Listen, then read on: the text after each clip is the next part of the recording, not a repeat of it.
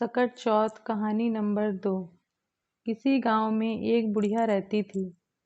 वह बहुत गरीब थी। उसका एक बेटा था। वह एक सेठ के यहाँ काम करता था। सेठ बहुत ही कंजूस था। वह दिन भर काम करवाता था और उस बेचारे को थोड़े बहुत पैसे दे दिया करता था, जिससे बुढ़िया और उसका बेटा गुजर बसर कर रहे थे। कुछ दिनों के बाद सकट चौथ का व्रत था। बुढ़िया को चिंता होने लगी कि वह सकट चौथ की पूजा कैसे करेगी, क्योंकि उनके पास सामान लेने के लिए, तिल गुड़ लेने के लिए पैसे नहीं थे। उसने अपने बेटे से कहा कि आज तुम जब सेठ के यहाँ से वापस आना तो थोड़े से तिल और गुड़ ले आना, सकट चौथ की पूजा करनी है। उस दिन तो सेठ ने लड़के को उसकी मजदूरी भी नहीं दी। लड़के को माँ की याद आ गई। माँ ने तो तिल और गुड़ लाने के लिए कहा था, और आज तो सेठ ने मजदूरी भी नहीं दी है। खाली हाथ घर कैसे जाऊंगा, माँ से क्या कहूँगा। उसने सोचा क्यों ना आज यहीं दुकान में छुप जाता हूँ। जब सेठ सो जाएगा तो मैं थोड़े से तिल और गुड़ को चुरा लूंगा। यही सोचते सोचते रात हो गई और सेठ ने दुकान बंद कर दी और बुढ़िया का लड़का वहीं दुकान में बंद हो गया। बुढ़िया का लड़का रात भर सोचता रहा कि भगवान मैं क्या करूं। तिल चुराऊंगा तो पाप लगेगा और गुड़ चुराऊंगा तो पाप लगेगा। वो बार बार यही दोहराता रहा। सेठ वहीं बाहर सो रहा था। उसे दुकान के अंदर से किसी के बड़बड़ाने की आवाज सुनाई पड़ी। उसने जाकर देखा तो उसे कुछ समझ नहीं आया। वह फिर चारपाई पर आकर लेट गया।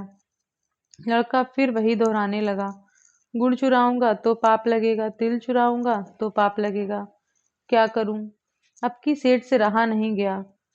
वो बोला, लगता है दुकान के अंदर कोई चोर आ गया है। दुकान खोलकर देखनी ही पड़ेगी। तब तक सवेरा हो गया। उसने गांव के 2-4 लोगों को इकट्ठा किया और दुकान का दरवाजा खोला। दरवाजा खोलते ही वह आश्चर्यचकित हो गया। देखता ही रह गया कि उसकी दुकान में तो तिल और गुड़ की बोरियां लगी हुई हैं।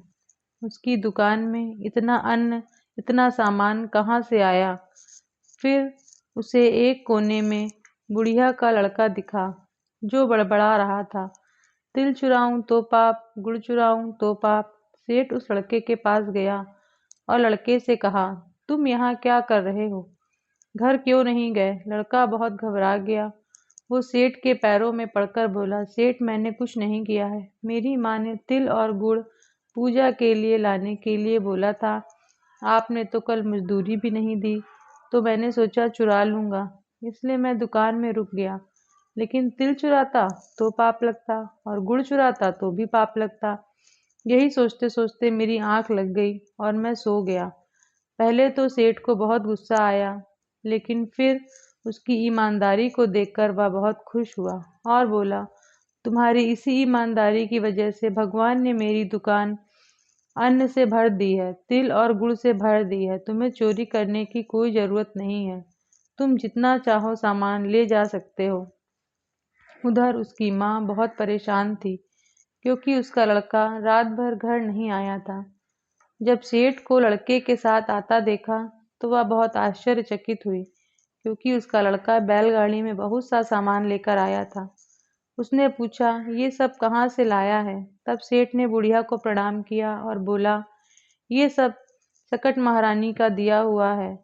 तुम्हारे लड़के की ईमानदारी की वजह से सकट महारानी ने मेरी पूरी दुकान भर दी है। अनाज बढ़ता ही जा रहा है। अब तुम्हें कभी किसी चीज की जरूरत नहीं पड़ेगी। फिर बुढ़िया ने पूजा की। सकट माता ने जैसे बुढ़िया का कल्याण किया है, वैसे सबका कल्याण करें। जय हो गणेश भगवान की।